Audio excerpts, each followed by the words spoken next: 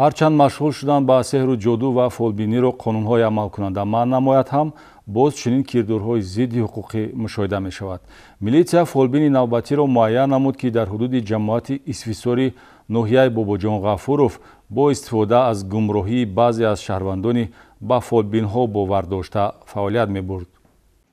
қудрати сарнавишти инсонеро дигаргун кардан ҳарчанд касе надорад, дар ҷомеаи имрӯза ҳастанд нафароне, ки дуохонию сеҳргариро ҳамчун манбаи даромаду рӯзгузаронӣ истифода намуда, бо паҳни овоза ва ваъдаи таъсиргузорӣ ба тақдир даст ба мардумфиребӣ мезананд. бардошт аз фаъолияти милитсия дар ин самт нишон медиҳад, ки ин қабил инсонҳо дар ҷомеа зери ниқоби фолбин, дуохон ё табиби мардумӣ бар ивази маблағи пулӣ ба шаҳрвандон хизматрасонӣ мекунанд.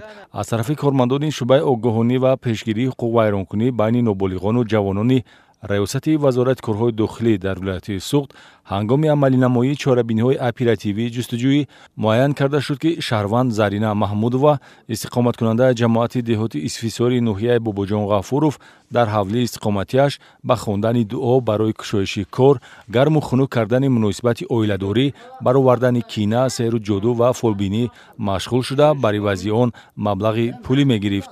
тавре аз наворҳо аён аст, мутаассифона аз хизматрасонии мавсуф кам нестанд нафароне, ки истифода мебаранд. Масалан, санаи 24 ноябр ҷавонзани 20 солаеро қабул намуда, барои бо шавҳараш гарм намудан ҳаққи хизмат 100 сомонӣ гирифтааст. Ин ҳолат ҳангоми санҷиш ошкор ва аз рӯи далели мазкур нисбати Зарина Маҳмудова тибқи талаботи моддаи 482 Кодекси ҳуқуқ вайронкунии маъмурӣ машғул шудан ба сеҳру ҷоду ва фолбинӣ протокол тартиб дода шуд.